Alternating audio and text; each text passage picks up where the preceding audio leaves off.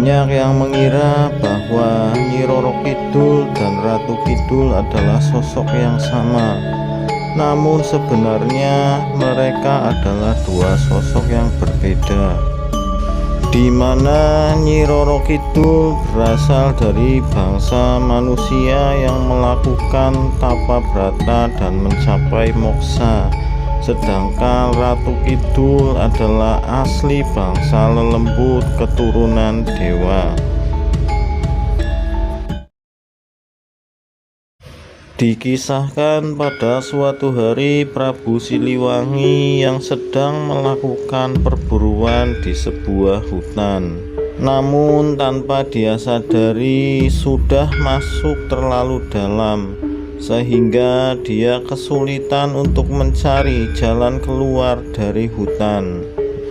Selang beberapa lama kemudian bertemu Prabu Siliwangi dengan seorang wanita yang mengatakan bahwa dia akan membantu Prabu Siliwangi keluar dari hutan. Namun dengan syarat Prabu Siliwangi harus mau ikut ke istananya barang beberapa waktu. Setelah beberapa lama, akhirnya Prabu Siliwangi merasa jatuh cinta dengan wanita tersebut hingga memutuskan untuk menikahinya. Setelah cukup lama tinggal, akhirnya Prabu Siliwangi memutuskan untuk kembali ke Pajajaran guna melaksanakan tugasnya sebagai raja. Hari terus berganti hingga Prabu Siliwangi sedikit melupakan kisahnya bersama sang istri di dalam hutan. Hingga di suatu malam Prabu Siliwangi dikejutkan dengan suara tangisan bayi yang berasal dari luar peraduannya. Sang Prabu akhirnya mencari sumber suara yang ternyata berasal dari depan gerbang istana.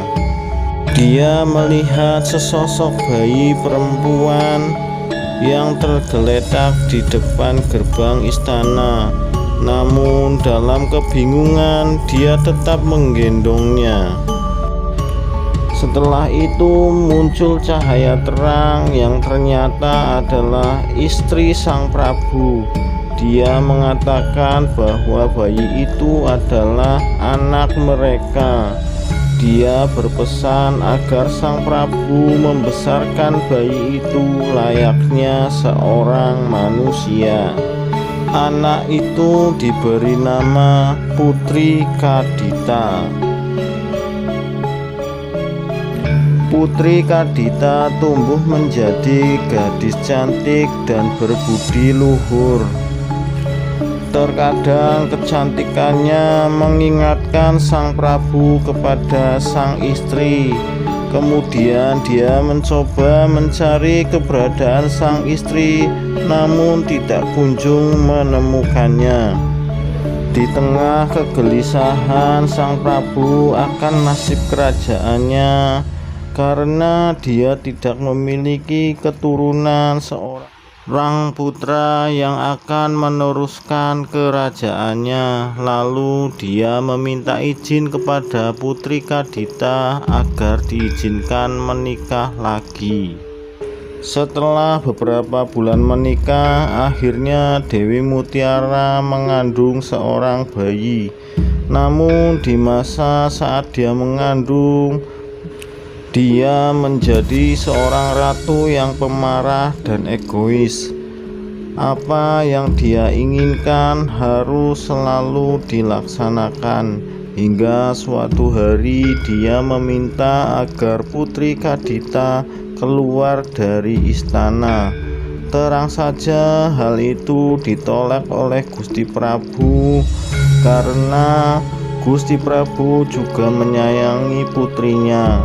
Hal itu membuat Dewi Mutiara merasa perhatian sang Prabu menjadi terbagi, sehingga dia memikirkan cara untuk menyingkirkan Putri Kadita dari istana. Hingga akhirnya Dewi Mutiara mendatangi seorang dukun untuk mencelakai Putri Kadita. Saat Kadita sedang tertidur, muncul kepulan asap yang berbau busuk dan menyelubungi tubuh Kadita tanpa disadarinya. Ketika pagi tiba, Putri Kadita merasa terkejut. Sekujur tubuhnya timbul bercak-bercak nanah yang berbau busuk. Sang Prabu mencoba mengobatinya dengan memanggil seluruh tabib yang sakti, namun tidak ada satupun yang berhasil. Di tengah keputusasaan Sang Prabu, Dewi Mutiara mengusulkan agar Putri Kadita diasingkan agar tidak menularkan penyakitnya.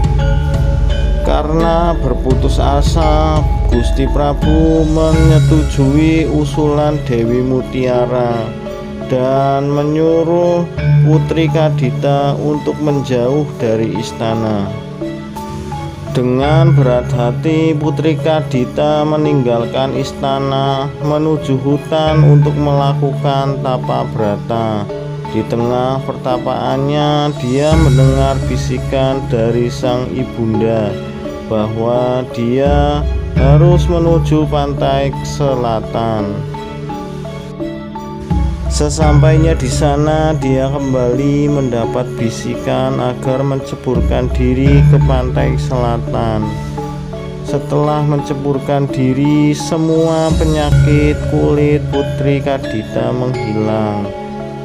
Semenjak saat itu, Putri Kadita memutuskan untuk tinggal di pantai selatan dan membangun kerajaannya. Dan mulai saat itu dia dikenal juga sebagai Nyi Roro Kidul. Demikian cerita kali ini. Jika ada kesalahan, mohon dimaafkan. Sampai bertemu lagi di kisah selanjutnya.